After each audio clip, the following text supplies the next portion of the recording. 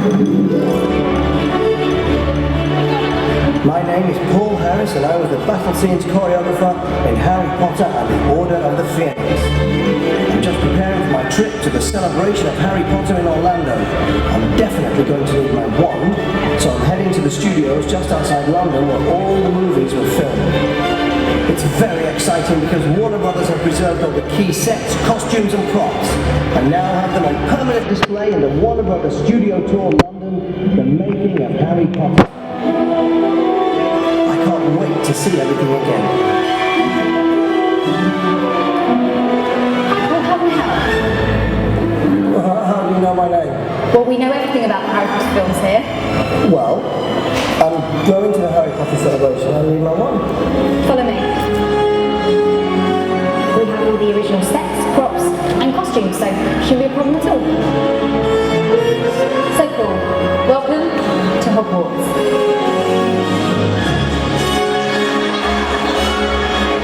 I have a few start with telling news.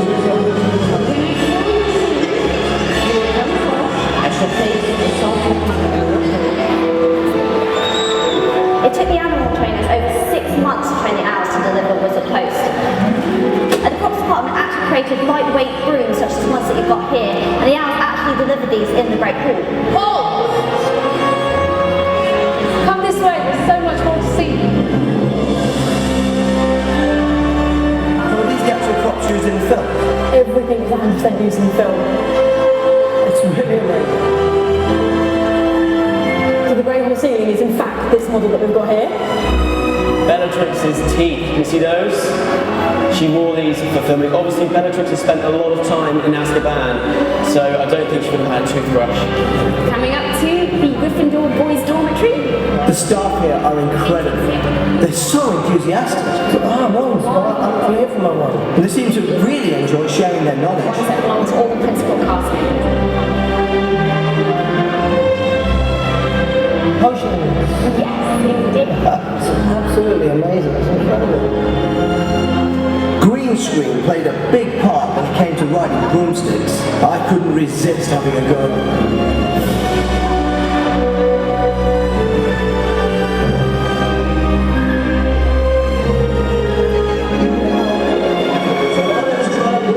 Wait a second, this guy looks familiar.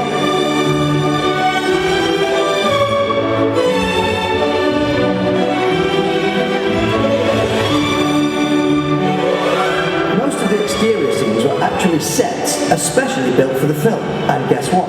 A lot of them are right here on the back lot. Ollivanders, that reminds me, I'm here to get my wand.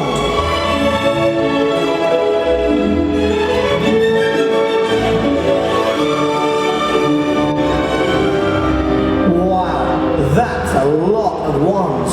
Where am I going to start? Hi Paul, can I help you with anything? Well, I'm looking for my wand, actually. Well, there are quite a few wands in here. There's a wand box for every single cast and crew member that worked on the Harry Potter films. That's over 4,000 wands.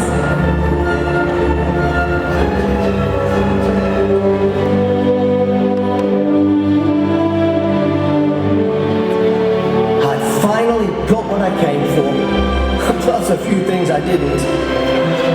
This has been a fantastic experience for me. I've brought back a lot of happy memories. And I wasn't alone. Everyone seemed to be really enjoying this amazing experience. It was amazing. Like, I just saw everything. It was Brilliant. I loved every bit of it. It's amazing. I love it. It's one of these things that I never ever thought I'd get to experience, and I got to experience it. I'll never forget it, like my whole life. Being here really, it just makes you feel as if you're a part of it. It's just magical. It's great to know that the Harry Potter film series lives on for all of us, right here where it was all created. Now let me just see if I've still got what it takes.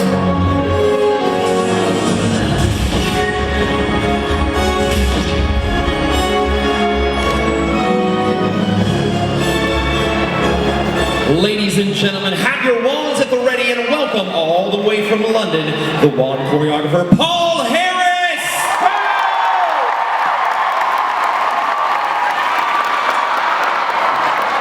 There we go.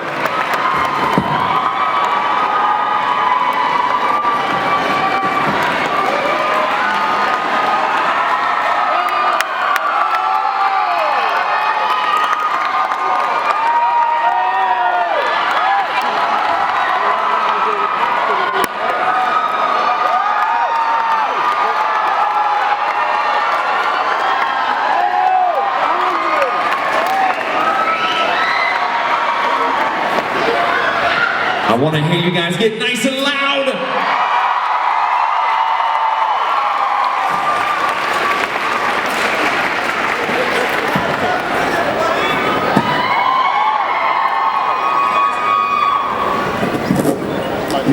What happened to my one?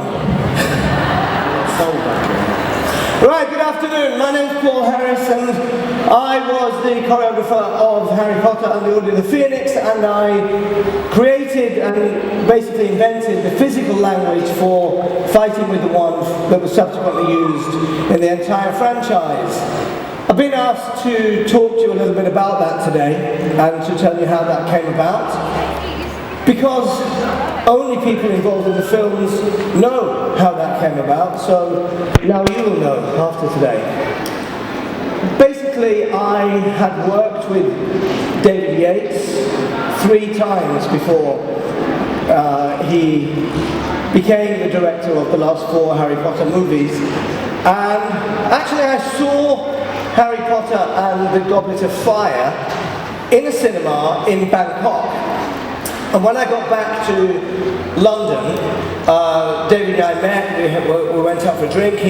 I knew that he was going to be doing the Order of the Phoenix, and so we had a discussion about there being no dancing in the Order of the Phoenix, and therefore, unfortunately, there was nothing for me to do, and I wouldn't see him for a year and a half. So that was that, and then one Friday afternoon I was driving to a play that I'd choreographed, and my phone rang again for the millionth time that day. I was late for the play. I looked at my phone like, David Yates. A bit weird, he can't want to go for a drink, he's doing Harry Potter. So I answered my phone and David said, oh hi mate. I said, hi David, and he said, oh hi mate. He said, I've got a job for you. I said, but we've had this conversation, you're doing Harry Potter, there's no dancing in it.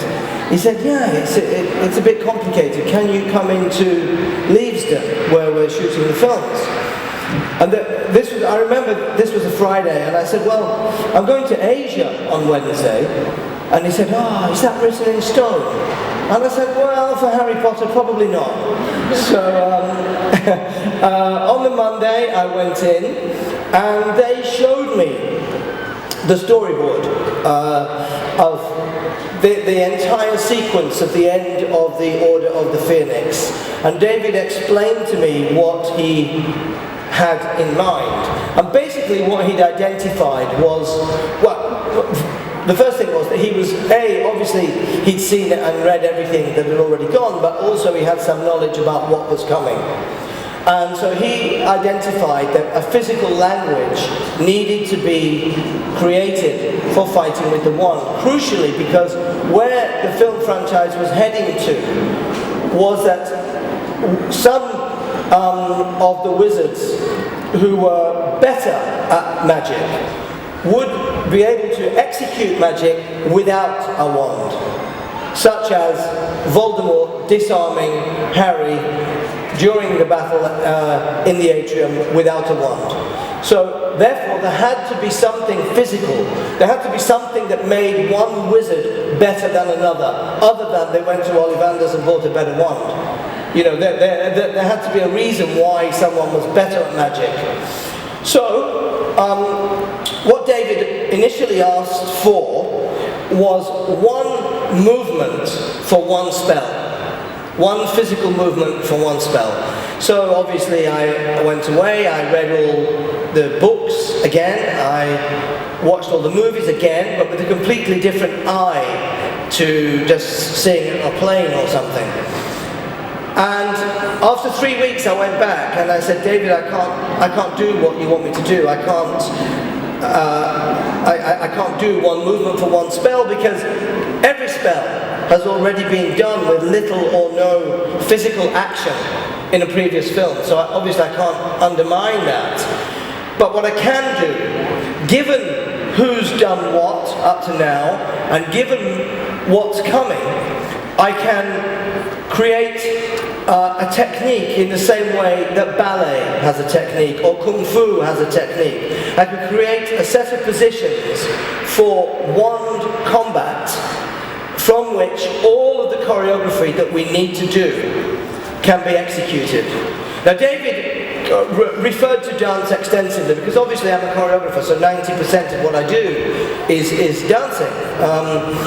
And in the conception of this, he referred extensively to this being like a dance. He wanted it to have grace and artistry. He didn't want it to be a mortal fight. It had to reflect the fact that they were 600-year-old wizards, and also we had to accommodate the fact that some were better than others. And why was that? And also we had to incorporate the different physical styles of the characters. For example, Jason Isaacs' physicality was clearly very different as Malfoy to Gary Oldman's physicality as Sirius Black. So all that had to be taken into account in the creation of the physicality for wand combat. So that's what I did. And essentially the sequence of the death of Gary Oldman's character, the Veil Room sequence, is a real-time piece of choreography from beginning to end, executed from beginning to end like a dance. There's a master of that. There's a full master, wide shot master of that sequence, just in the same way there would be a master of a dance in a ball, in a movie. The atrium was slightly different because they were storyboarded movements that resulted in massive effects. Obviously, ultimately, the blowing up of the atrium. But again, I used extensively dance movements. The movement that Voldemort used, a Spanish dance movement called the banderillas, where it mimics the killing of the bull, the final moment of the killing of the bull. And I used that. And also the rope of fire, the creation of the rope of fire, which it was in the storyboard. Again, I used the dance movement, which is usually done with a partner, called the rope spin. But that was sort of the key. The rope of fire was sort of the key. I realized how I could take what I needed to do in the direction that I ultimately took it. So that's how that came about. Initially, I was going to be called the choreographer, but it was actually David Barron, one of the producers of the movies, who said, "But Paul, if we just call you the choreographer, people might think there was a dance and it was cut. So let's think of something else." So we discussed it endlessly, and we came up with choreographer wand combat. So apparently, I am the only choreographer of wand combat in the world. I'm here, and that leads me nicely. How many of you have a wand? Okay, to start with, everyone with a wand, stand up, please. And anyone who feels like pretending they have a wand can also stand up. Right, so initially, what I'm going to do, I'm going to take you through. How many of you have seen the Wand Interactive? Okay, I'm going to take you through the 5 attacking positions that are in the Wand Interactive. Out of that, I'm going to select about 6 people to come up on stage, and then I'm going to take you through more of that and teach you the corresponding blocks, and then something else is going to happen which you don't know about yet. But when I choose you, only allow yourself to be chosen if you happen to come up on stage and be photographed and so on and so forth. So, okay, the first, as I said, I had to take into account the previous films. As you all know, in the 3rd movie, there's a mock duel between the characters of Kenneth Branagh and Alan Rickman. There was a nod to fencing, so I had to take that into account. So, the first position, if any of you have been to dance class, is second position plie. If any of you have done kung fu, it's horse dance. So bend your knees with your feet slightly apart, take the wand above your head, shoulder down with a really clean curve above the head. Aim the wand directly at the enemy. Bring the wand forward of the head and whip it back. Let me see who will do that. At me, at me. Very good. Very good. Above your head, above your head. Don't worry about me. Don't worry about me. Legs at the back, very good. Dude, above your head. Yeah, otherwise I'm going to kill you. That's it. The shape, the form, shoulder down. There has to be a really clean curve here. The best example of this, a perfect example of this, was the shot that ultimately David chose to use for the killing of Sirius Black. The form of Helena Bonham Carter at that point is exactly as I set it. It's really perfect. And it's a wonderful shot. If you're a tennis player and you fire a beautiful shot down the line, the form of her position was exactly that. It was a winning shot, and it was fitting to be the shot that kills Sirius Black. Once more, first position, above your head. Plie. You're going to blow up the screen. Aim at me. Ready? Bring the one forward and whip it back. The second position, and people in the seat are going to have difficulty with this, but the front row, no problem. Bring your body, turn on the if you're right-handed, turn on the left leg, bring your body through and twist. Now crucially, in the books, what do you have to do to make the spell successful? The first lesson, swish and flick. So make sure that as you do that, there is a swish and there is a flick at the end of the movement.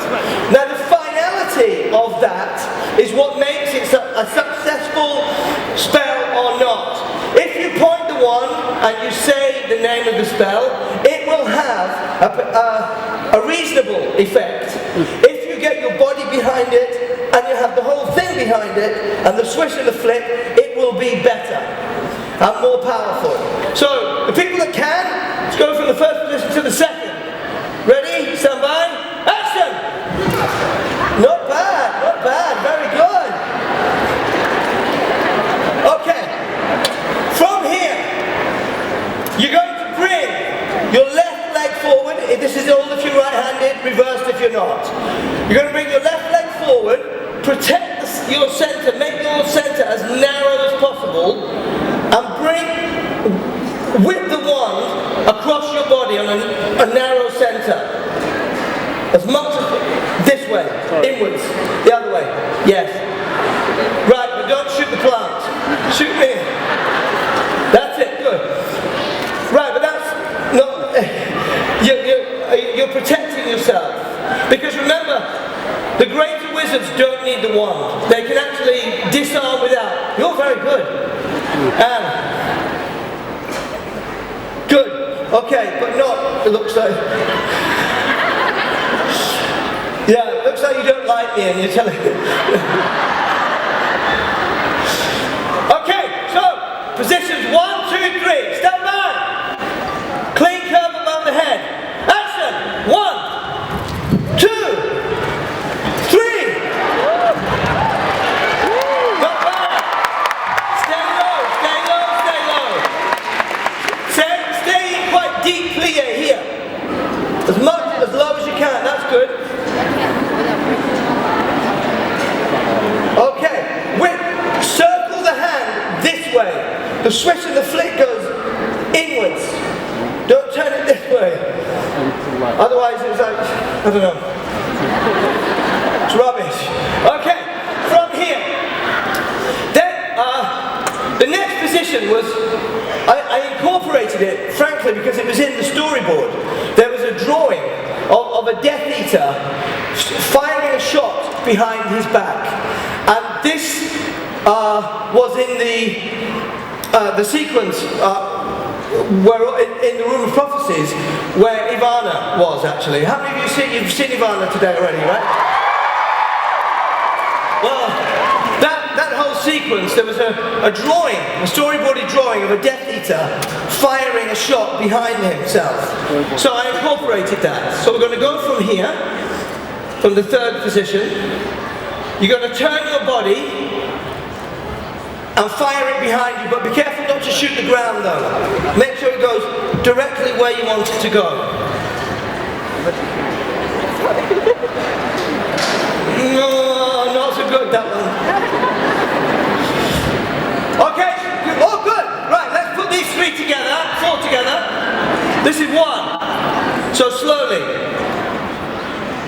right side forward, turning the one inwards, across your body, protect your center. Keep turning, keep turning, keep turning, and fire behind you. And then keep turning to the right in the same direction, and fire behind your back.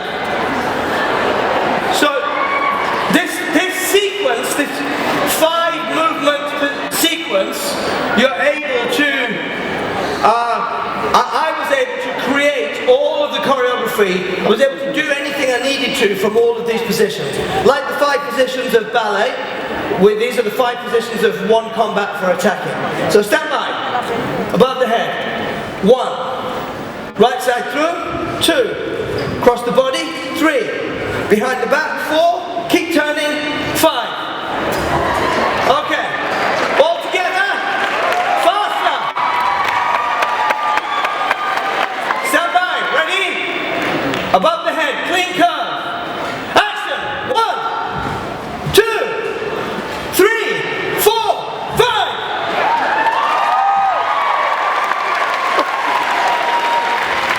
Okay, I'm going to choose some people. We're going to, wait. We're going to come up, we're going to go in a little more detail into that. We're going to teach you the corresponding blocks for something else. So, okay, very good. One moment. Show me the first position, everybody. 2. Yes.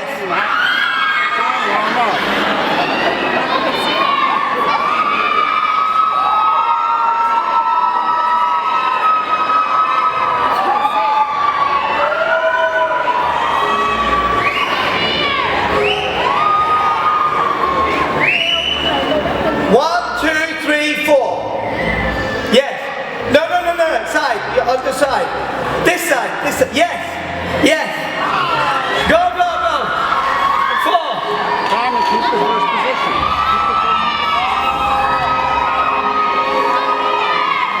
Dude with the beard.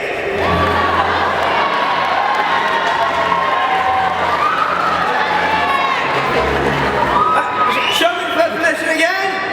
But she's got a baby in her arms.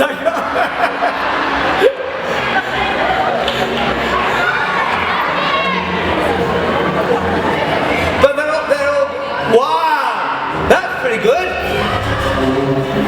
How old are you? How old? Come.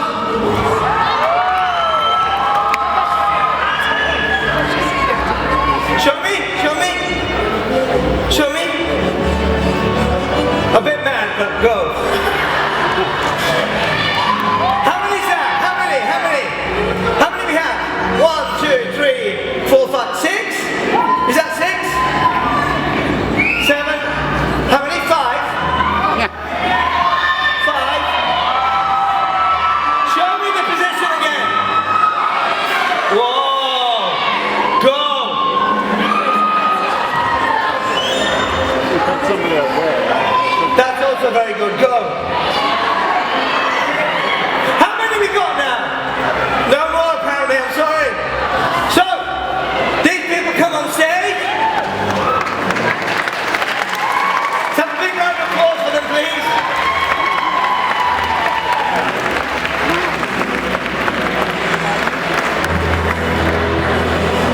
Good try. So, what's your name? I thought he put one here. Cherish. What else you got for you? Camellia. Chris. Right. Chris. AKA dude with the beard. Okay. Plie. One above the head to stage left. Right. Okay. Let me keep your shoulder down. Aim the one. Oh, we got more. What's your name? Veronica. Okay, right, let's go. So, right, you're just going to shoot her. Aim at Andy over there. Look, it's what's coming out of the one that does the damage. No, that's it. Hit this form. What have you got against them? I want you to do to stage left. That's it. Shoulders down. Clear it. That's it. Nice clean curve. Don't shoot your own hand. That's it. Good. Good. You're shooting her ass. Can you shoot her ass? That's it. Good. So, from here, bring the one forward and whip it back. look very relaxed. Your life is at stake. Look where you look, that's it. And aim the one forward, whip it back. Bring the right side through. Long, clean lunge line. Not bad. Turn your body through. You're very chilled out.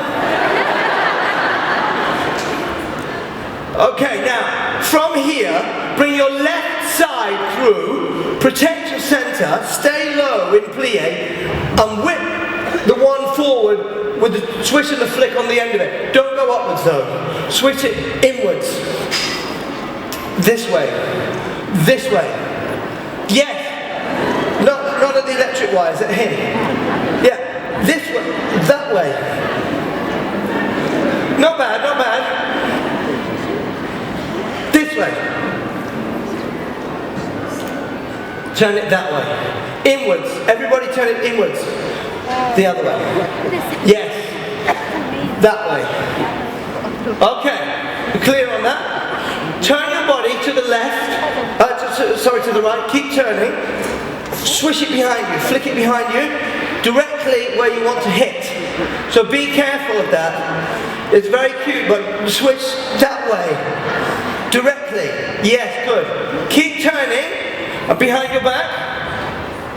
There. Okay, let's put those 5 together. Stand by. Plie. Above the head. Ready? Action! 1, 2, 3, 4, 5. How are they? Show me. Show me. Let me have a look. Stand by. Ready? Plie. You're weighing your shoes in the ceiling. Ready? Also you are. Look, we can take care where your wand is going. Here we go. Ready? Action! 1. Right side through. 2. Left side through. 3. Turn. Behind the back. 4. Keep turning. Are you drunk? Turn the other way. Very good, very good, very good. Okay, now.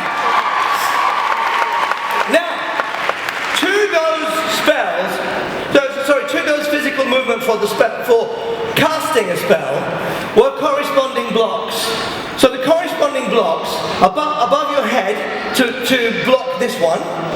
So from there, just block, still turning it inwards, block it that way, this way, high to the left, high to the right, low to the left, and low to the right. I'm just explaining this very quickly because we have to get a move on. So, high block, high left, high right, low left, low right. Yeah? So if I fire at you above your head, you can block me. That's it. I would have killed you both. So, also we had extensive discussions with the special SFX department about what would constitute wand shrapnel. What would happen, what exactly would happen when one wand blocked another spell? What would come off that? What impact would that have on the surrounding buildings and so on? So, just let me see the blocks because something else is going to happen now. Ready? So, block 1 above the head to block this. Block 2, high right, this way. High left, low right, low left. Now, out of those 10 positions, I choreographed the entire end of Order of the Phoenix. Every movement that they do is traceable back to one or other of those positions. Right, so I would like to just clear you off for a moment, but don't go away because you're coming back. So off you go to stage left, just for a moment please. Give them a big round of applause, everybody!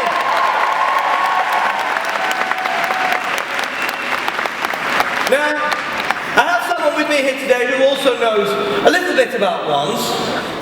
Ladies and gentlemen, can you please give a fantastic round of applause for Mr. Weasley, Mark Williams!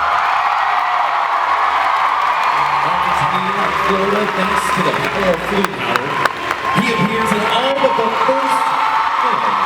He is an Order of the Phoenix member, and today he is known simply as the Ministry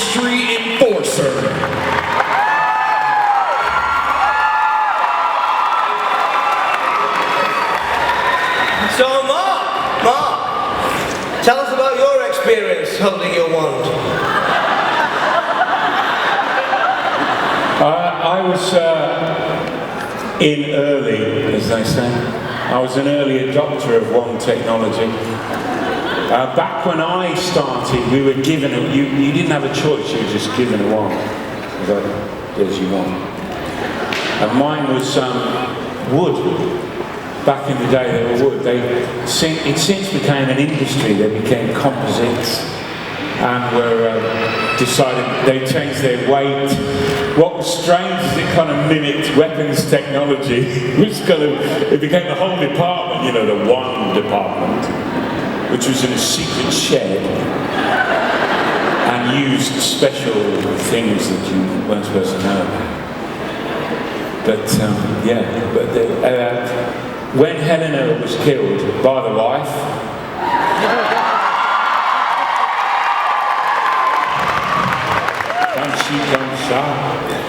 I saw her in London and she said, "How is everybody? How's it going?" She said, "I really miss my wand." And I think a lot of us would say that was, we all felt that a bit. It was like do you know, anybody know the Dark Materials trilogy?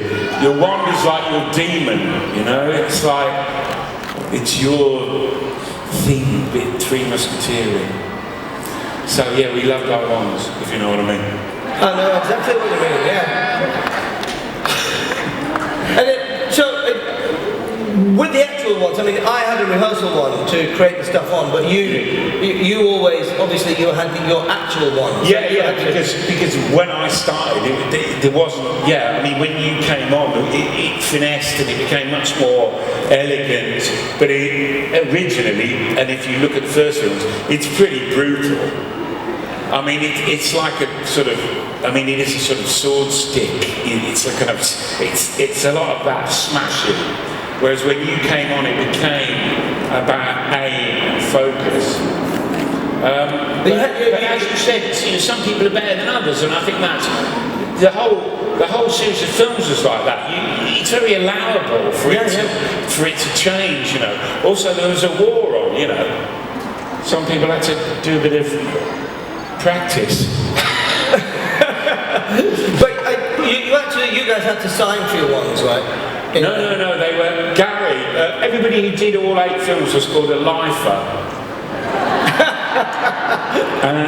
Although I didn't do the first film and Julie didn't do the 5th, but together as a couple we qualify as lifers. But one of the lifers was a standby props guy called Gary, who collected every single wand every single day, and it'd be like, "You wand."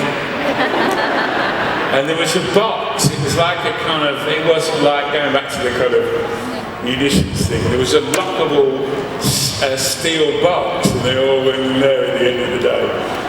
And I think probably there was a residual feeling that at the end of it we'd get our wands, but no chance. Well, actually, I did get mine, but mine was otherwise known as a stick, I'm afraid. It was my rehearsal one was a bit of wood. A bit of dowling. Yeah. So, but Mr. Weasley. Yes, sir. Do you happen to have your wand? Sir. First thing we learn at the ministry is never to be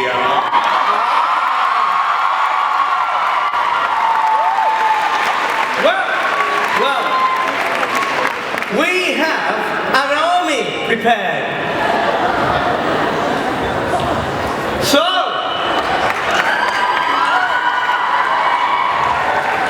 half of them are yours, and you can have this one, she's drunk.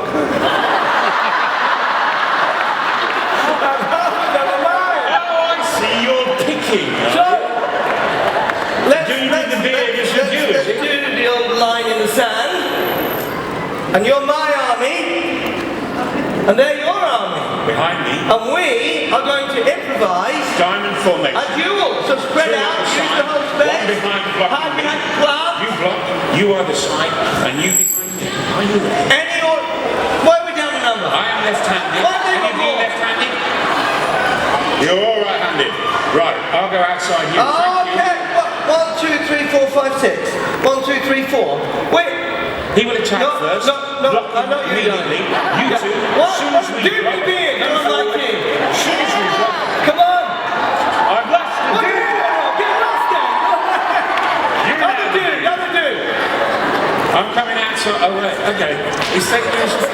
Okay. Hang on a minute. Oh, thank you. Okay. Well, he didn't want to be on my team. Okay, he's going to attack first. He will, I know he will. You ready? next It doesn't have to be position 1. Any order. Stand by. Action!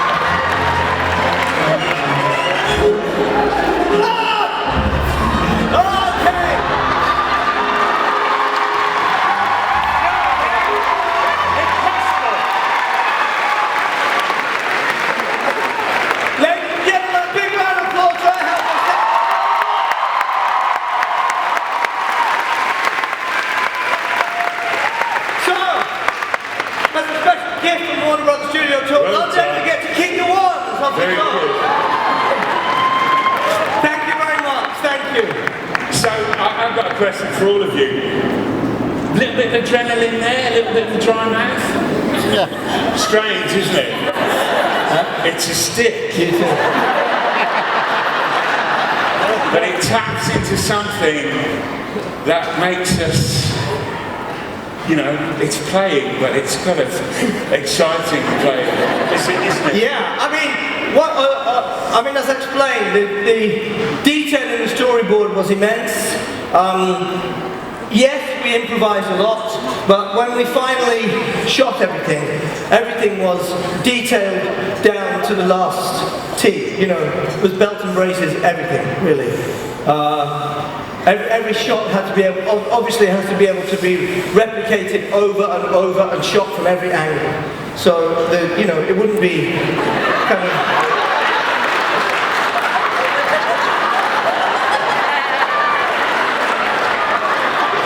Nothing to worry about here. Okay, well, we have some questions to answer, I believe. So, thank you again. Thank you very much. Big round of applause.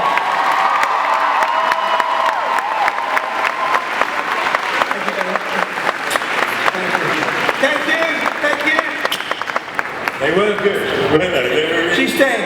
They were really good. They were very good. Hey. Have a seat. Austin. That was a heck of a battle you guys just had. You know, we actually don't have any time for questions today. Okay. We're actually ended that battle. That's a great way to end right there. Did you guys enjoy that?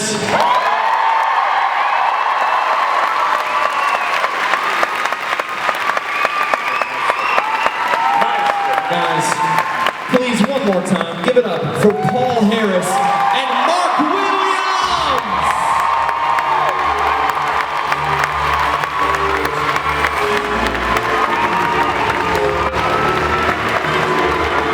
Guys, thank you so much for joining us today.